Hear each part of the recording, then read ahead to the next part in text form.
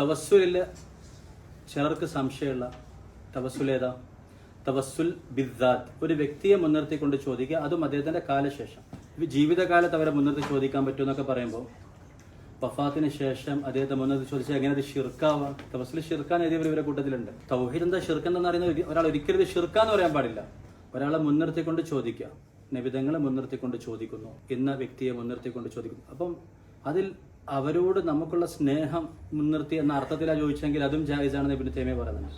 ഇനി അതല്ലാതെ അവരെ മുൻനിർത്താന്ന് പറഞ്ഞാൽ ഇബ്നു അബ്ദുൽ വഹാബ് പോലും ഈ വിഷയത്തിൽ പറഞ്ഞെന്താണെന്നറിയോ? അദ്ദേഹത്തിന്റെ കിതാബുണ്ട് ഇവിടെ, മജ്മൂഅ മുഅല്ലഫാത്തി ഷെയ്ഖ് മുഹമ്മദ് ഇബ്നു അബ്ദുൽ വഹാബ്. തവസ്സുൽ ഫിഖ്ഹിയ വിഷയമായിട്ട് അദ്ദേഹം പറഞ്ഞത്, വിശ്വാസപരമായ വിഷയം പോലെ ഫിഖ്ഹിയ വിഷയമാണ്. അതിൽ അദ്ദേഹം പറയുന്നത് ആ വിഷയത്തിൽ നമുക്ക് എതിർക്കാൻ പറ്റില്ലെന്ന് പറഞ്ഞു.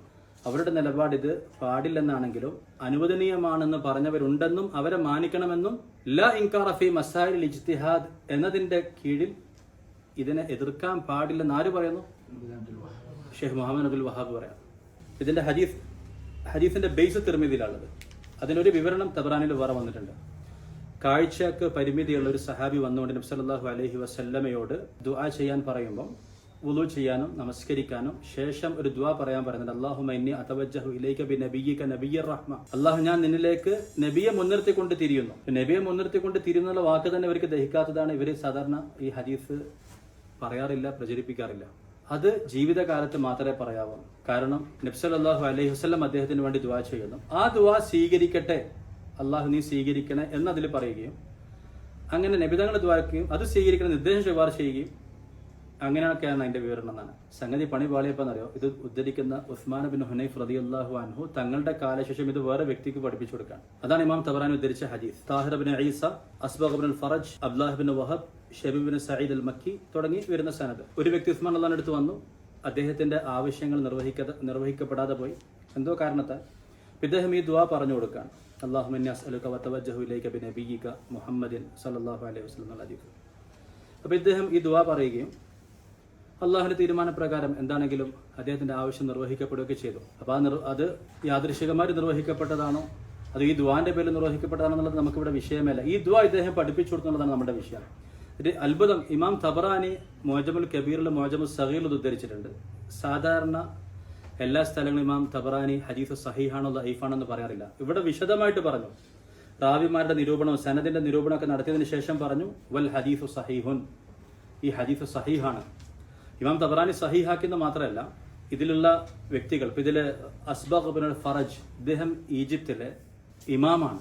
ഇമാം ഷാഫിയുടെ ശിഷ്യന്മാർ തന്നെ ഇമാം ഷാഫി റഹ്മത്തുള്ളാഹി അലൈഹി വരുന്നതിന് മുമ്പ് അസ്ബഗ് ബിൻ ഫറജിന്റെ ശിഷ്യന്മാരായിരുന്നു. മാലിക്കികളുടെ അക്വാലുകൾ ഇദ്ദേഹത്തിന് അറിയുന്നത് പോലെ ഇത്ര കൃത്യമായിട്ട് അറിയുന്ന ആരുമില്ല എന്ന് ഹദീസ് നിരൂപകർ പറഞ്ഞിട്ടുണ്ട്. ഇമാം ഷാഫിഈ വന്നപ്പം പലരും അദ്ദേഹത്തിന്റെ ആകർഷകരായ അദ്ദേഹത്തിന്റെ ശിഷ്യന്മാരായിട്ട് മാറി. ഇമാം Ahmad bin Hanbal, ഇമാമുസുന്ന Ahmad bin Hanbal ഇദ്ദേഹത്തെ കുറിച്ച് പറഞ്ഞ ഇദ്ദേഹം സാഹിബുസുന്ന, ശരിയായ അഖീദയും മൻഹജൊക്കെ ഉള്ള അഹ്ലുസുന്നയുടെ വക്താവാണ്, ഇമാമാണെന്നാണ് ഇമാം അഹ്മദ് ബിൻ ഹംബൽ ഇദ്ദേഹത്തെ കുറിച്ച് പറഞ്ഞിട്ടുള്ളത്. ഇവരൊക്കെ ഉദ്ധരിച്ച ഇമാം തബറാനി സഹീഹാണെന്ന് പറഞ്ഞ ഹദീസാണ്. അഖീദയ്ക്ക് വിരുദ്ധമാകുന്ന ഒരു ഹദീസ് സാഹിബുസുന്നയായിട്ടുള്ള അവിടുത്തെ അഹ്ലുസുന്നയുടെ ഇമാമായിട്ടുള്ള വ്യക്തി വെറുതെ ഉദ്ധരിക്കോ? അഖീദയ്ക്ക് എതിരാണെങ്കിൽ ചെറിയ ന്യൂനത മണത്താൽ തന്നെ അവരതിനെ ലൈഫാണെന്ന് പറയും. അത് ഉദ്ധരിക്കുകയും ശേഷം അടുത്ത രണ്ട് റാവിമാർക്ക് ഇമാം തബറാനി ഇതിനെ സഹീഹാണെന്ന് മുദ്രവെക്കുകയും ചെയ്തു. അല്ലെങ്കിൽ പറയണ്ട ഇതിൽ ബിദ്അത്ത്, ഇതിൽ ഷിർക്കുണ്ട്, ഇത് വാക്ക് ശരിയില്ല, എന്തെങ്കിലും ഇമാമുകൾ പറയണ്ടേ? പിന്നെ ഇവരിലെ ഓൺലൈൻ പ്രഭാഷകരുണ്ട്, 10 പൈസയുടെ വിലയില്ലാത്ത വർത്തമാനങ്ങൾ ഹദീസിനെ പറ്റി പറയുന്ന നിരൂപകരുണ്ട് മുസ്ലിംകാർക്ക് ഓൺലൈനിൽ. അവർ പറയാണ് ഇത് ഷിയാക്കൾ ഉണ്ടാക്കിയ ഹദീസാണ്, ഇതിലാരാ ഷിയകളുണ്ട്, ഇതിലാരാണ് ഷിയ? ഇതിൽ എന്തെങ്കിലും സംശയം ഈ റാവിമാരിലെ വ്യക്തികളെ പറ്റിയുണ്ടോ? വ്യക്തികളെ പറ്റി ആർക്കെങ്കിലും എന്തെങ്കിലും സംശയം ഉണ്ടോ? അബ്ദുല്ലാഹിബിൻ വഹബ് ഷബീബിനോ സഈദിനെ കണ്ട സമയം താമസിച്ചു പോയോ ഇല്ലേ, ഇതിന് വേറെ മുതാബാത്ത് ഉണ്ടോ ഇല്ലേ എന്നുള്ള പരിശോധന അല്ലാതെ വ്യക്തിപരമായിട്ട് ഇതിൽ ആരുടെയെങ്കിലും ധ്യാനത്തിൽ എന്തെങ്കിലും സംശയം ഉണ്ടോ? എന്നിട്ട് ഇവര് കേരളത്തിൽ ഒരു ഹയാവും ഇല്ലാതെ ഒരു ഉത്തരവാദിത്വം ഇല്ലാതെ പറയാണ് ഷിയാക്കൾ ഉണ്ടാക്കിയ ഹദീസ്. ഇവരാണ് ഷിയാക്കളെ വളർത്തുന്നത്. മനസ്സിലായില്ല? അവർക്ക് സുഖമാണ്, അവർക്ക് കാണിക്കാലോ. ഇല്ല എന്ന് പറഞ്ഞ കാര്യം ഇതാ ഹംബലി ഗ്രന്ഥങ്ങളിൽ, ഇതാ സലഫി ഗ്രന്ഥങ്ങളിൽ, ഇതുപോലെയാണ് ബാക്കി കാര്യങ്ങൾ എന്ന് പറഞ്ഞാൽ ഷിയാക്കൾക്ക് എളുപ്പമില്ലേനെ. അപ്പൊ തവസ്സുലിനെ പറ്റി 4 മദ്ഹബിലും കാണാം. സലഫികളുടെ ഗ്രന്ഥങ്ങളിൽ കാണാം തവസ്സുൽ ജായിസ് ആണ്. ഇനി 4 മദ്ഹബിനും പുറത്തുള്ള ഷൗക്കാനി, ഇവര് സലഫിയാണ് എന്ന് തെറ്റിദ്ധരിക്കുന്ന ഷൗക്കാനി ലാഹിരിയാണ് അദ്ദേഹം ഈ ഹദീസ് ഉദ്ധരിച്ചുകൊണ്ട് പറയുന്നത് ഫീഹി ദലീലുൻ അലാ ജവാസി തവസ്സുൽ, ഒരു നവോത്ഥാന നായകനാണെന്ന് വിശേഷിപ്പിക്കുന്ന ഷൗക്കാനി പറയുന്നത് തവസ്സുൽ ജായിസ് ആണെന്നതിന് തെളിവ് ഈ ഹദീസിലുണ്ട്. അപ്പൊ ഇത് ഇവർക്ക് മനസ്സിലാകുന്ന നേരെയുള്ള തെളിവ്. ഇനി ഇവര് ഇത് പാടില്ല എന്ന് പറയാൻ വേണ്ടി ഉദ്ധരിക്കുന്ന ഒരു ഹദീസ് ഉണ്ട്. നമുക്ക് ആ ഹദീസ് ആവശ്യമില്ല, എന്നാൽ ഇവർക്ക് മനസ്സിലാവാൻ വേണ്ടി പറയാം. മഴയ്ക്ക് വേണ്ടി നമസ്കരിക്കുമ്പോൾ അള്ളാഹു ഞങ്ങൾ നബിതങ്ങളെ മുൻനിർത്തി ചോദിക്കുമായിരുന്നു. ഇന്ന് ഞങ്ങളുടെ പിതൃവിനെ മുൻനിർത്തിക്കൊണ്ട് ദുആ ചെയ്യുന്നു, അബ്ബാസ് അള്ളാഹിനെ മുൻനിർത്തിക്കൊണ്ട്. ഇപ്പൊ നബിതങ്ങളെ മുൻനിർത്തിക്കൊണ്ട് ദുആ ചെയ്യാന്ന് പറഞ്ഞാൽ എന്താ? അവരെ കണ്ടോ, നബിതങ്ങൾ വഫാത്തായതിനു ശേഷം പിതൃവിനെ മുൻനിർത്തിയില്ലേന്ന്. വഫാത്തായതിനു ശേഷം നബിതങ്ങൾക്ക് മഴ ആവശ്യമുണ്ടോ? മഴ ആവശ്യമുള്ള ആരാ ഇവിടെ വിജയിച്ചിരിക്കുന്നത്? അബ്ബാസ് അള്ളാഹ്. ഈ അബ്ബാസ് അള്ളാഹിനെ മുൻനിർത്തുമ്പോൾ എന്താ നമ്മൾ പറയുന്ന വാക്കെന്താ?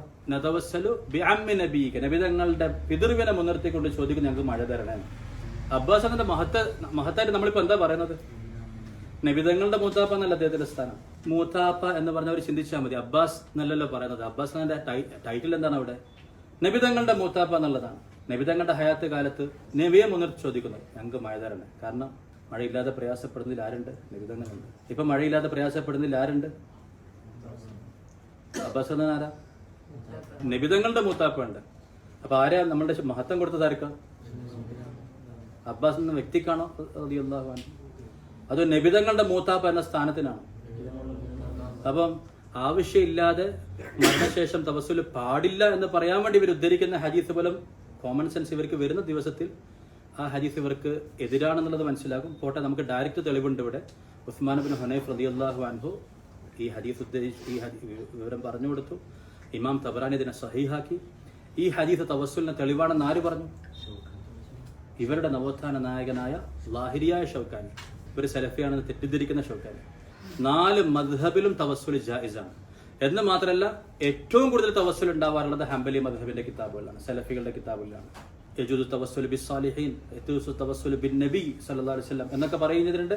എന്ന് മാത്രമല്ല, സാലിഹീങ്ങളുടെ ഖബറിനടുത്ത് പോയി നമ്മൾ മറവ് ചെയ്താൽ നമുക്ക് അതിന്റെ ഫലം കിട്ടുന്ന പോലും പറഞ്ഞിട്ടുണ്ട്. വഫാത്തായതിനു ശേഷം അവരുടെ ഖബറുള്ള സ്ഥലത്തിന്റെ അടുത്ത് പോയി കിടന്നാൽ എന്താകും?